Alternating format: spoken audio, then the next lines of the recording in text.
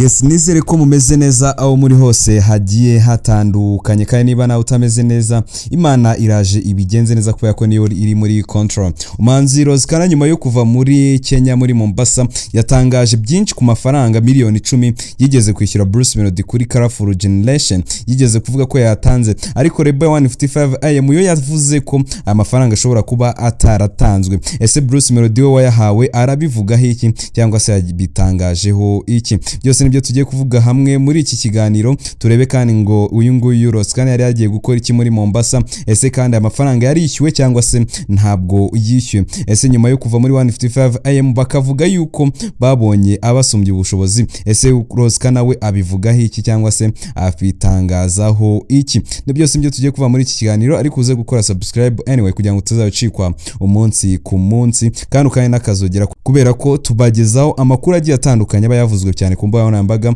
amakuru kandi y'abahanzi mukunda muri benshi cyane. Nyine ni myidagaduro kabisa, ni wabo w'imyidagaduro, kandi ufite igitezo cyangwa inyunganizi, ufite inkuru ushaka ko tugukorera, watubwira muri comment. Hanyuma rero umuhanzi Kana uherutse gutandukana na Rebel 155 we yirinze gusobanura byeruye niba koko yarishyuye miliyoni 10 yavuzwe ko yaguzwe album ya Bruce Melodie yitwa Kora Generation. Ni inkuru imaze igicicikana mu itangazamakuru no kumbaho mbaga ivugwaho byinshi, ariko nyirubwite ntasobanure byinshi, ahubwo asaba ko ahaye amafaranga ariwe Bruce Melodie ari ukwiriye gutanga igisubizo kirambuye. Kana yabigarutseho mu kiganiro yagiranye n'itangazamakuru ku mugoroba wo kuwa 4 tariki ya 4 Nyakanga 2025 ubwo yaragarutse Kigali avuye mu mujyi wa Mombasa muri Tanzania, aho yafatiye amashusho y'indirimbo ye nshya yise Morera yakorewe na producer Element n'umuhanga mu gufata amashusho director God. Mu bihe bishize byatangajwe ko mu kuboza 2024 Kana yatanze miliyoni 10 kuri Bruce Melodie mu rwego rwo kumushyigikira no kugura album ya Kora Generation. Icyo gero byafashwe nk'igikorwa kidasanzwe cy'ubufatanye hagati y'abanzi babiri, ndetse benshi babibonaga nk'itsinzi y'umuziki nyarwanda, aho umuhanzi ashyigikira undi atagamije inyungu z'ubucuruzi, ahubwo ari ugufasha umushinga wa mugenzi we. Ariko kuva icyo gihe kugeza n'ubu nta kimenyetso kigeze gitangazwa cyerekana ko amafaranga koko yishyuwe. Byatangajwe n'ubuyobozi bwa 155 aho Kana yakoraga icyo gihe byarushijeho guteza urujijo, kuko umwe mu bayobozi b'iyo Rebel aherutse kubwira abanyamakuru ko ayo mafaranga ntayo Kana yigeze atanga. Nyuma y'ukwezi kumwe n'iminsi asezeye muri iyi Rebel, Kana yasubije iki kibazo mu magambo make agaragaza ko atifuza kukivugaho byinshi, ahubwo ashyira igitutu ku muntu agombaga kwakira ayo mafaranga. Mu magambo yagize ati, icyo kibazo ndakigusubiza mu buryo bworoshye cyane, ku buryo kitamara n'amasegonda 5. Wowe ufite nimero za Bruce Melodie uzamuhamagara, uriya ni mukuru wanjye nemera kandi nkunda. Mubaze uti wa muhungu ese amafaranga yaguze album yarayo kwishyuye? None igisubizo cye rero nicyo kizaba ari icyanya cyo kuruta icyo ngiye naguha. Kana yakomeje avuga ko amafaranga yavuzwe ataragenewe ubuyobozi bwa 155 ahubwo ko agombaga kuyakira ari Bruce Melodie ubwe. Ati mwibuke ko ahantu narindi nk'umuntu, nta muyobozi wa 155 wabitangaza uretse munyakazi Bruce Melodie niwe ushobora gutangaza koko ko yabonye cyangwa se atayabonye. Iyi mvugo rero mu bwitonzi no kwigengesera garaje ko Kana adashaka kongera umuriro mu bivugwa cyangwa gushyamirana n'abahozi bamufasha, yirinze kwemeza niba yarishyuye ayo mafaranga cyangwa se koko niba atarayatanze. Ibintu bantu iyo babisomye batabibona nk'ubushishozi cyangwa se ubwitonzi cyangwa guca ku ruhande ikibazo. Icyakora iyi mvugo yatumye benshi bongera gushidikanya ku by'ukuri kuri aya mafaranga, cyane ko Bruce Melodie kugeza ubu nta jambo na rimwe aravuga kuri ibyo ngibyo bivugwa. Nta rwandiko, kontara cyangwa se ijyamya na kimwe kigeze gitangazwa, ari nacyo gituma impaka kuri inkuru zikomeje gufata indi ntera. Kana ari mu banzi bafite impano ikomeye, ari no kwiyubakira izina nk'umuhanzi wigenga nyuma yo kuva muri iyi Rebel ya 155. Indirimbo ye nshya Morera yafatiwe amashusho i Mombasa, ni imwe mu zitezweho gusubiza umwuka mwiza mu muziki we ndetse no kongera izina rye mu ruhando rwa muzika nyarwanda. Nubwo rero ibijyanye n'amafaranga bivugwa bigikomeje kuba urujijo, Kana yagaragaje icyerekezo gishya mu buhanzi bwe, ahitamo kwibanda ku bikorwa kuruta amagambo. Gusa kugeza aka kanya Bruce Melodie nta kintu aragira abivugaho, ndetse nagira icyo abivugwaho n'ubundi tuzatubahe amakuru. Rero ibivugwa kuri mizira miliyoni 10 bizakomeza kuba gateranzamba mu gihe Bruce Melodie ataragira icyo abitangazaho. Kana akaba yavuze ko umuntu ukwiye kubazwa ayo mafaranga nta wundi ari Bruce Melodie.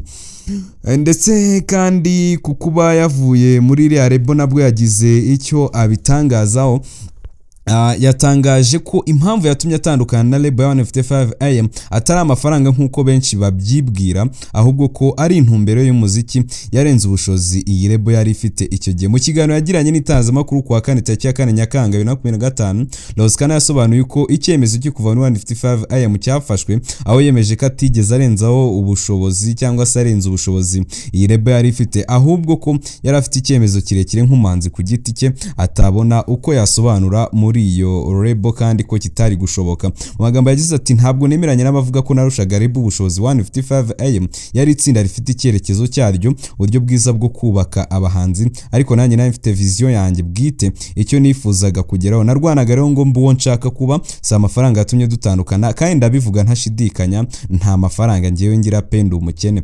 Ibi yabivuze nyuma y'uko ubuyobozi bwa 155am buherutse gutangaza ko bwatandukanye na Kana bitewe n'uko yabaye nk'uwarenze ubushobozi bwa label, by'umwihariko mu bijyanye n'ibyo yifuzaga kugeraho.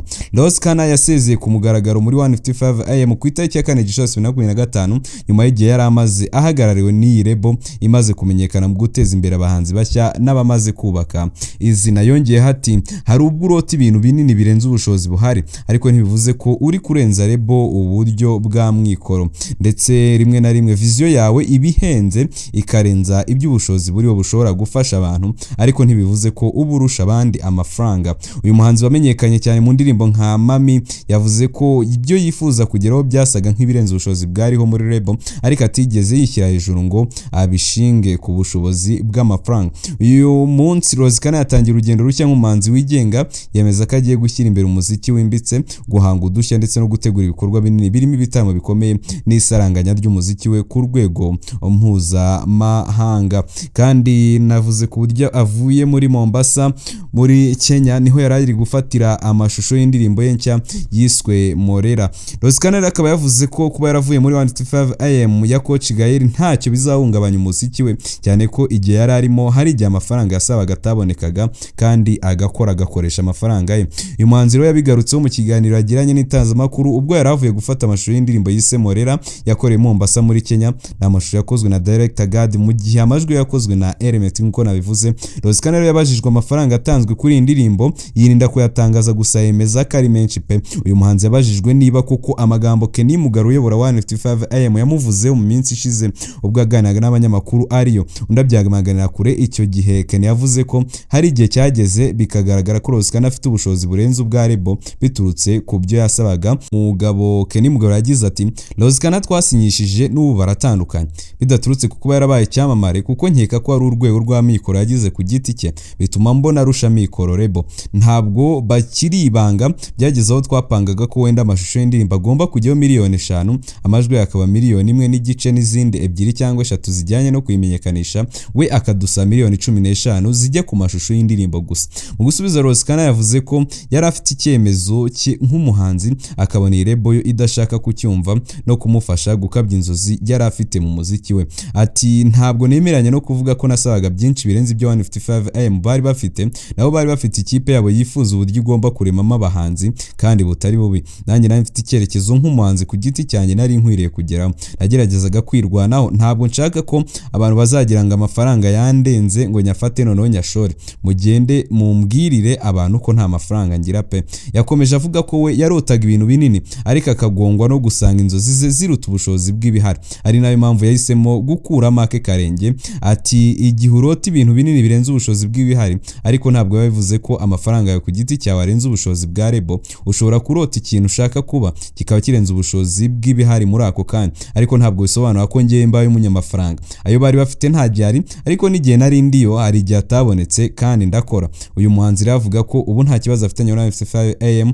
kuko yasezeye neza, kandi ko bazakomeza gukorana mu gihe ari ngombwa. Ibi bintu abihuza kandi n'ubuyobozi bw'iyi nzu ifasha abahanzi. Anagaragaza ko nta kintu cyagenze nabe hagati ye n'iyi label, gusa yemeza ko akiri mu nzira zo kurangiza amasezerano bari bafitanye mu mahoro. Yahakanye yivuye inyuma by'amakuru avuga ko yaba yarajyanwe mu nkiko n'iyi nzu ifasha abahanzi. Kana yavuze ko ubu hari abantu batandukanye bari kumusaba ko bakorana, ariko akaba kigongwa n'amasezerano ya 155am ataraseswa mu buryo bweruye. Agaragaza ko mu gihe yarabaye umuhanzi wigenga byuzuye aribwo azaganiriza abo bantu akumva abazaba bari kumuha amasezerano azungukiramo kurusha abandi. Ngaho nguko rero iyi ni Showbiz News Rwanda. subscribe kugira ngo utazabicikwa umunsi ku munsi n'amakuru tubagezaho. Ndabakunda cyane.